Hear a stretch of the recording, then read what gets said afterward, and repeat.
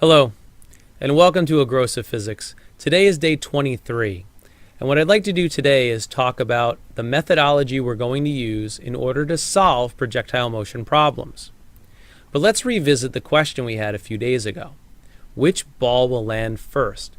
If I throw a ball horizontally and I drop one at the same time, which one will hit the ground first? And we discussed the fact that they both will land simultaneously because we're able to treat the x and y directions as independent. Perpendicular vectors are independent. Well, what I'd like to do today is show you a visual representation of that and hopefully prove to you once and for all that this is true. So if we look at this strobe light photo, we'll see that both balls hit the ground simultaneously. Now, how do we get a strobe light photo? Well, what basically we do is we leave a picture exposed, a camera exposed with the shutter open the entire time.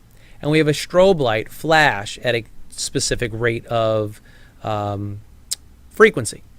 Now, that means that every time the strobe light is on, light is reflecting from the object, in this case, two balls, and they are entering the camera.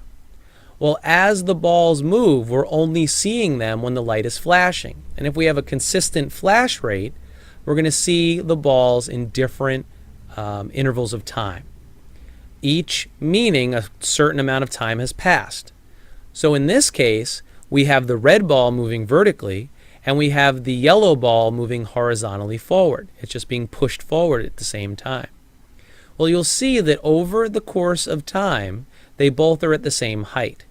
Now, there could be some discrepancy because of friction, but remember that as we look at this photo, they're both at the bottom of the screen at the same spot. So they're going to land simultaneously. You may say a bullet's going to travel a lot farther. Sure, a bullet travels farther. However, it's still acting vertically because of gravity. It's still accelerating at the ground at a rate of 9.8 meters per second squared. The only time that would cause trouble is if we shot something so fast that the ground actually curved away as it's falling. If the curvature of the Earth were taken into account and the object were moving fast enough, that would matter. In fact, that is what happens when we orbit objects. And what we'll discuss is when we discussed that with weightlessness earlier, we discussed the fact that as an object is falling towards the Earth is actually curving out of the way. If it curves, let's say it falls a meter, and the Earth curves a meter, it will always be at the same height. Any object that's in orbit is traveling fast enough to overcome the curve of the Earth. So this could be an issue when we're dealing with objects traveling at a super high rate of speed. But for our purposes right now, even a bullet doesn't travel fast enough to do that. Now, from the strobe light, if we look at the motion in the sideways direction for the yellow ball, we will see that they are equidistant. They are the same distance apart. Now that means we have constant velocity. The way I remember it, if the dots are equidistant, the motion is consistent. So we have constant velocity in the sideways direction. Now why would we have no sideways motion? Well, gravity doesn't act sideways. It only acts vertically. And we're going to treat the x direction as different from the y direction.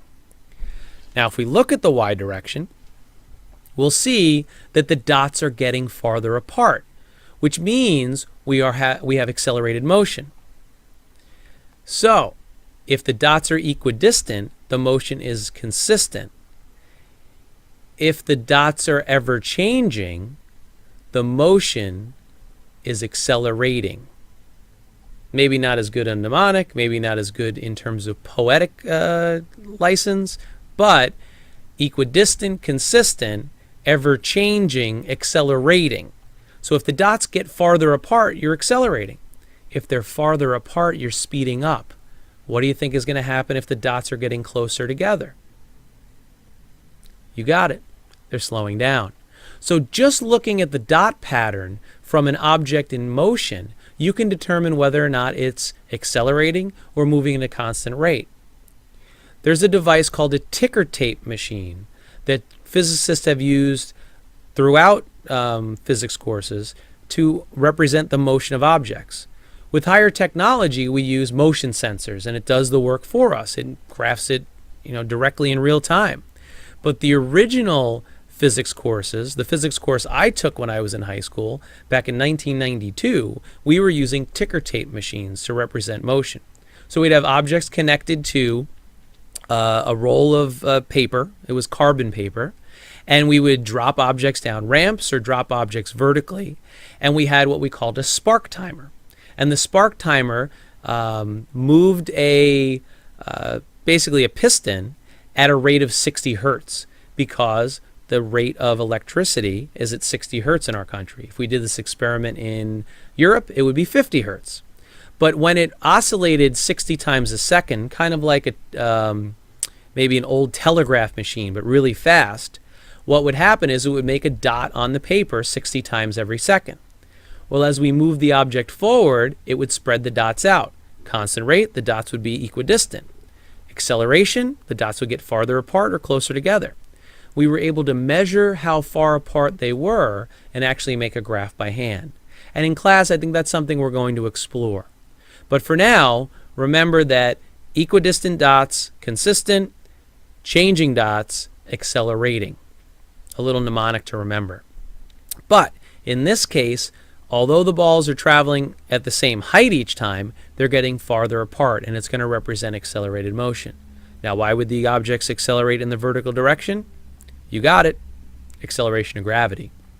If we were to calculate that value, it should be 9.8 meters per second squared. We could make a graph of displacement versus time, figure out the velocity of different points, and we should be able to determine the acceleration of gravity from this data. Unfortunately, we don't know the frame rate. Now, if this were a video, it would probably be 30 frames per second. If this were a spark timer, it would be 60 hertz or 60 times per second. So we would have time values. But for this picture, we don't have the time values. We actually don't have the distance values as well. I don't know what those lines represent in terms of distances. We could make up a number, but then we wouldn't be able to determine if it's the acceleration of gravity or not. Now, that being said, what we know is that perpendicular vectors are independent. So the x direction and the y direction can be treated as two separate problems. The x direction is constant velocity, and the y direction is accelerated.